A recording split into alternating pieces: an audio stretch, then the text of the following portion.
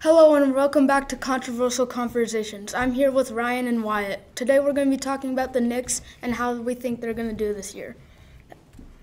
Okay. I'm personally going to go off on a little bit of a Knicks rant. I think the Knicks are going to be a top team in this going into this year because the Knicks are starting to build around Jalen Brunson, and they also have other contenders too with him. They have RJ Barrett, they have Julius Randle. Like those guys together on a team, that's fantastic. You have them, and when you start building more around those three, if you want to center them on those three, you're going to start. Have you think they developed yet? I think they're developing. Jalen Brunson, he's developing very fast. Julius Randle is a mentor for them and helping develop them. I think that the Knicks are not going to be great because they don't have a lot of good players. Like they have Randle, Brunson. They're kind of like the only two players that are really contributing. What about RJ Barrett? RJ Barrett just hasn't developed enough yet, and all he needs to do is find his place in the offense, and he's developing. But he's been there for like 2 or 3 years, so right, and he's averaged about 19 points per game, 19.7 to be exact per game, and he's been averaging those throughout his career with the Knicks.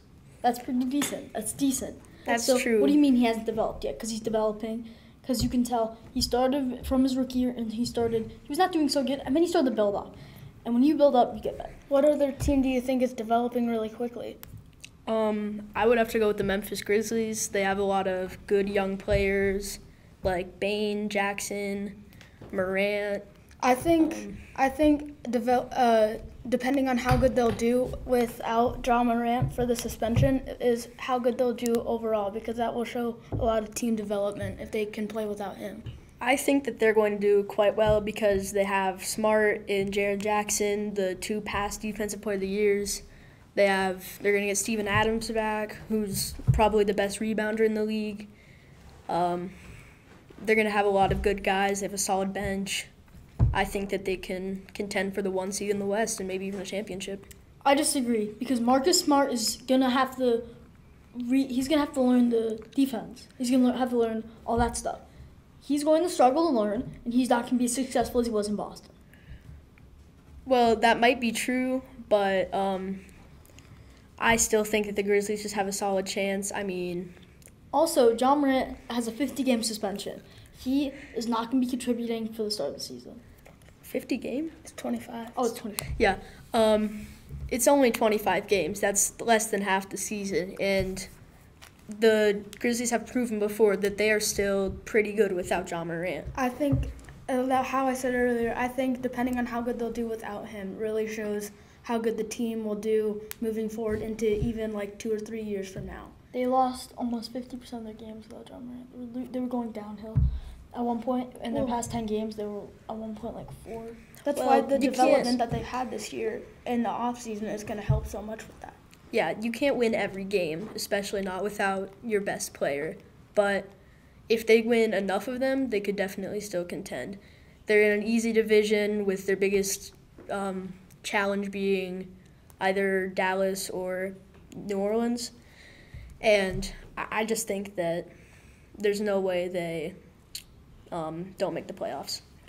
Let's move on away from the Memphis Grizzlies and the Knicks. Let's go to a Knicks rival, the 76ers with Embiid and Harden. How do you guys think they're going to do this year? I think that Harden is going to leave in free agency, probably for Houston or, I don't know, somewhere else. You think he's going to go back to Houston? Yes. Wow. I think that would be the best choice for him. I disagree. I think he's going to re-sign with the 76ers because that makes more sense. They're coming off a pretty decent season. With an MVP caliber player. Caliber player. And they're also, if you can tell, they're also starting to more focused on Embiid. Even though they've been focusing on Embiid, they're just building up, and they're just going to keep working. They're building around him. I think that Embiid hasn't really proved that he can win in the playoffs. Who's the MVP?